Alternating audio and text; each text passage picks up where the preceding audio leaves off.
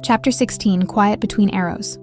Sometimes stillness isn't peace. Sometimes it's the heart learning a new rhythm. Dusk settled slowly over Greendale. Lanterns flickered to life along the inn's courtyard, their warm glow pooling across worn stone and wooden railings.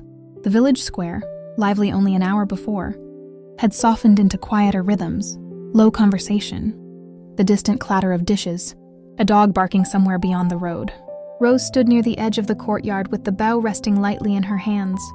It felt different now, not unfamiliar, just waiting. Her fingers traced the smooth grain of the ash wood. The bow was lighter than she expected, balanced in a way that felt almost alive. When she held it, the same quiet awareness she felt through the earth stirred faintly in her chest. Nearby, the glass of a shop window caught the last light of sunset. Rose glanced toward it and paused. The girl staring back looked unfamiliar. Silver blonde hair fell over her shoulders in soft waves. One small braid, threaded with the thin blue ribbon the woman in the market had given her earlier.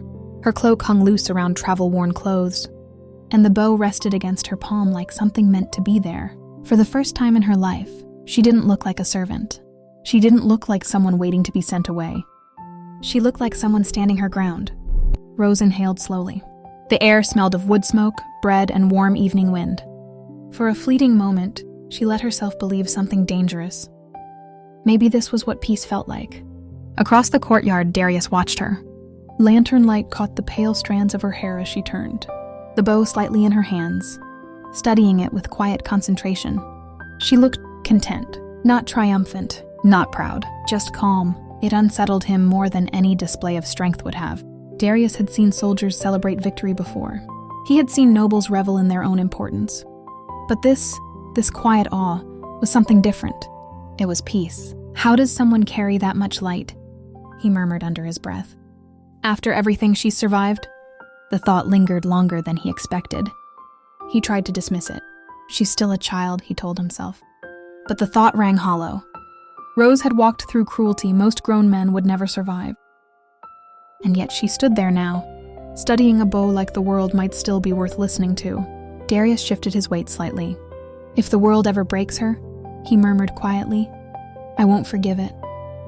Leaning against the inn's doorway, Alaric followed Darius's gaze. Rose hadn't noticed either of them watching. She stood near the lantern light, turning the bow slightly, curiosity softening her expression. Alaric smiled to himself. She really does make the air lighter. He had known soldiers who could dominate a room with presence. Rose did the opposite. She made people breathe easier without trying. It wasn't charm. It was something quieter, something older. Alaric folded his arms and chuckled softly. I'm supposed to be the charming one, he muttered. Then his voice softened. Let her keep this one. At the far edge of the courtyard, Kael watched from shadow. Lantern light flickered faintly across his armor as he stood perfectly still. Rose, Darius, Alaric. 3 points of gravity forming without anyone quite noticing. Kael's eyes narrowed slightly. She's turning them soft. He had served beside Darius long enough to know how rigid the captain's discipline usually was. Yet now Darius stood watching a barefoot girl study, a bow as though the moment mattered. Interesting. Kael remembered Alaric's careless remark from days earlier. What if the flame isn't a relic? What if it's someone? At the time he had dismissed it. Now he wasn't so certain. Not convinced, but no longer amused. Rose laughed quietly at something Alaric said. The sound drifted across the courtyard. Kael's gaze shifted briefly toward Darius. She changes the air around her, he thought. And that, he decided calmly, could become a problem. Morning arrived pale and quiet. Dew clung to the grass behind the inn, where a small practice field stretched between 2 wooden fences. Rose stood barefoot in the cool earth, the bow resting uncertainly in her hands. Alaric adjusted a simple target, a painted wooden circle propped against a hay bale. All right, he said, stepping back. Let's see what we're working with. Rose glanced down at the bowstring. I've never done this before. Good, Alaric replied easily. That means you haven't learned any bad habits. She laughed nervously. Comforting. Alaric nodded toward the target. Just breathe. Archery isn't about strength. It's about rhythm. Rose positioned her feet the way he had shown her. Bare toes pressed into damp soil. The earth hummed faintly beneath her. She drew the string back slowly. The tension surprised her. The pull in her shoulders. The quiet vibration running through the bow. Her breath steadied. The world narrowed. Then she released. The arrow flew straight. Not perfect, but true enough. It struck the outer ring of the target with a dull thunk. Alaric blinked. "Well," he said after a moment, "that's considerably better than the first attempts I usually see." Rose lowered the bow, startled. "I hit it?" "Barely," he teased. "But we'll count it."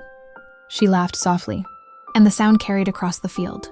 At the edge of the training yard, Darius watched in silence. Another arrow struck the target. Closer this time.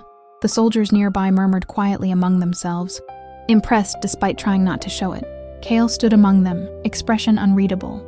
A barefoot orphan had already shifted the mood of an entire company. He had seen commanders spend years trying to earn the loyalty she inspired simply by breathing. Curious. Kael's gaze drifted toward Darius again. Whatever she is, he thought quietly, she's changing the board. Rose lowered the bow after another shot. Not perfect, but better, she smiled to herself.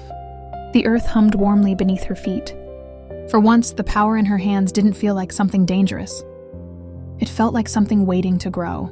And somewhere deep beneath the soil of Greendale, the earth seemed to hum in quiet recognition, not as warning, but as promise.